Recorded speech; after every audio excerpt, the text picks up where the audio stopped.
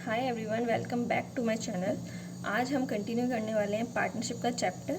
कल जो हमने टॉपिक कवर किए थे वो थे आपके definition of partnership, meaning of partnership, nature and characteristics of partnership. Main जो उसमें एग्रीमेंट में, डीड में जो भी तुम्हारे पॉइंट्स लिखे रहते हैं वो हमने कवर किए थे।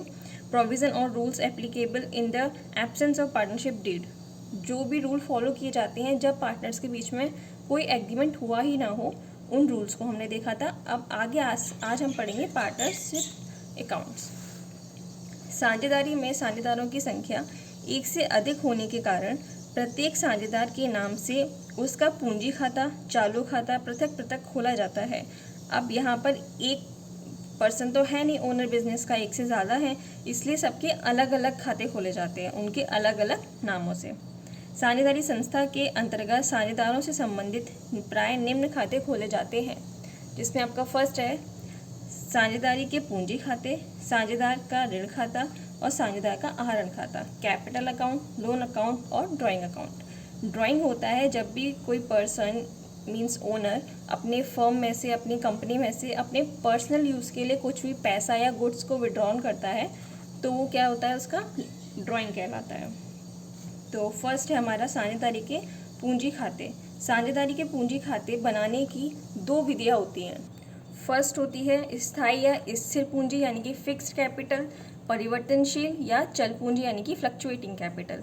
इसमें नाम से ही पता चल रहा है, इसमें हमारी कैपिटल कैसी रहती है, फिक्स्ड रहती है, उसमें ज़्यादा चेंजेस नहीं आते हैं। और फ्लक्चुएटिंग वाली में नाम से ही पता चल रहा है इसमें भी कि उसको फ्लक्चुएट रहती है यानी कि उसमें चेंजेस होते रहते हैं। तो फर्स्ट है हमारी स्थायी या स्थिर पूंजी। इसमें दो तरीके के खाते बनाए जाते हैं। फर्स्ट होता है आपका कैपिटल अकाउंट और दूसरा होता है आपका करंट अकाउंट। अगर आपकी कैपिटल फिक्स्ड है तो उसमें दो हम अकाउंट्स खोलेंगे, फर्स्ट है कैपिटल, दूसरा है करंट अकाउंट। इसमें साझेदार द्वारा फर्म में कितनी पूंजी लगाई व निकाली गई है केवल इसी का लेखा होता है। यह खाता प्रतिवर्ष समान शेष प्रकट करता है। सिंपल है, कैपिटल अकाउंट बनाना है हमको फिक्स्ड कैपिटल में, तो इसमें क्या चीज़ें आती हैं, सिर्फ वो आएगी कैपिटल जो पार्टनर ने लगाई है या पार्टनर ने किसी भी कार्य के लिए निकाली होगी। तो इसमें सिर्फ और सिर्फ कैपिटल मेंशन की जाती है, चाहे वो निकाली गई है चाहे वो लगाई गई है। इसी के करंट अकाउंट में हम क्या डालते हैं, साझेदार तथा फर्म द्वारा आपसी होने वाले व्यवहार पूंजी के अलावा जैसे कमीशन, वेतन, आहरण पर ब्याज, पूंजी पर ब्याज तथा लाभ हानि के हिस्से का लेखा किया जाता है। सारी की सारी जो कैपिटल थी हमारी, हमने या तो लगाई थी बिजनेस में या निकाली थी, वो हमारे कैपिटल अकाउंट में डाल दी जाती है।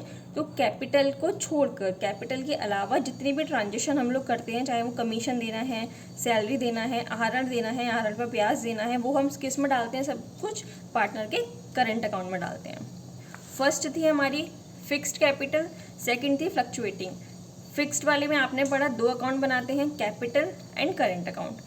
सेकेंड है हमारी फ्लक्चुएटिंग कैपिटल, परिवर्तनशील पूंजी, जिसमें हम एक अकाउंट बनाते हैं। इसमें सिर्फ एक अकाउंट बनाया जाता है। इसके अंतर्गत प्रत्येक साझेदार का केवल पूंजी खाता ही खोला जाता है। फ्लक्चुएटिंग वाले में हम दो बना रहे थे, एक कैपिटल एक करंट। इसमें सिर्फ और सिर्फ कैपिटल अकाउंट बनाया जाता है, जिसमें समस्त व्यवहारों जैसे पूंजी, पूंजी पर ब्याज, वेतन, कमीशन, आहरण, आहरण पर ब्याज, लाभ व हानि का भाग आदि का लेखा किया जाता है। फिक्स्ड कैपिटल के कैपिटल अकाउंट में सिर्फ और सिर्फ कैपिटल आती है और करंट अकाउंट में कैपिटल को छोड़ के बाकी सब कुछ आ जाता है। वहीं फ्लक्चुएटिंग में हम लोग क्या करते हैं, आप समझ लीजिए, हम इन दोनों अकाउंट्स को मिलाकर एक अकाउंट बना देते हैं, जिसमें हम लोग कैपिटल भी लिखते हैं और कैपिटल के अलावा भी जितने ट्रांजेक्शन्स किए जाते हैं वो सब कुछ आ जाते हैं किसमें, फ्लक्चुएटिंग के कैपिटल अकाउंट में। सेकेंड था हमारा साझेदार के ऋण खाते। जब फर्म किसी साझेदार से ऋण लेती है तो उस साझेदार के नाम से एक पृथक ऋण खाता खोला जाता है। ऋण की राशि ऋण खाते के धनी पक्ष में लिखी जाती है। समझौते के अभाव में ब्याज की दर 6% यानी कि 6% वार्षिक होती है।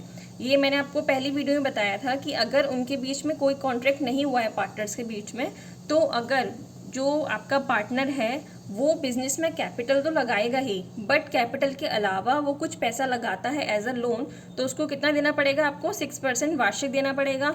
दूसरा, उसका अलग से क्या बनाया जाएगा, एक लोन अकाउंट खोला जाएगा। नेक्स्ट है आपका थर्ड, साझेदारी व्यवसाय के साझेदारों द्वारा कई बार अपने निजी व्यय के लिए नकद राशि अथवा माल का आहरण करना होता है। अतः सुविधा की दृष्टि से आहरण का तिथिवार लेखा आहरण खाते में किया जाता है तथा वर्ष के अंत में इस खाते की राशि को साझेदार के पूंजी खाते या चालू खाते में हस्तांतरित कर दी जाती है। जो भी पार्टनर अपने फर्म या अपने बिजनेस से पर्सनल यूज़ के लिए कैश विड्रॉन करता है या गुड्स लेके आता है, वो उसका ड्राइंग कहलाता है। उसका भी हम क्या करते हैं, अलग से खाता खोला जाता है हमारे आहरण का। और लास्ट में जब वर्ष हमारा ख़त्म होता है तो हम उसके जो अमाउंट होता है वो पूंजी खाते या फिर उसके करंट अकाउंट में ट्रांसफ़र कर देते हैं। आज की वीडियो में हम इतना ही कवर करेंगे। हमारे इसके जो कैपिटल अकाउंट के अकाउंट्स थे वो कंप्लीट हो गए हैं। नेक्स्ट वीडियो में हम लोग शेयरिंग प्रॉफिट एंड लॉसेस पढ़ेंगे, जिसमें हमारे 3 टाइप से हम लोग प्रॉफिट को डिस्ट्रीब्यूट करते हैं, वो हम नेक्स्ट टॉपिक में कवर करेंगे। आपको कुछ क्वेरी हो तो आप मुझसे कमेंट में पूछ सकते हैं। Thank you.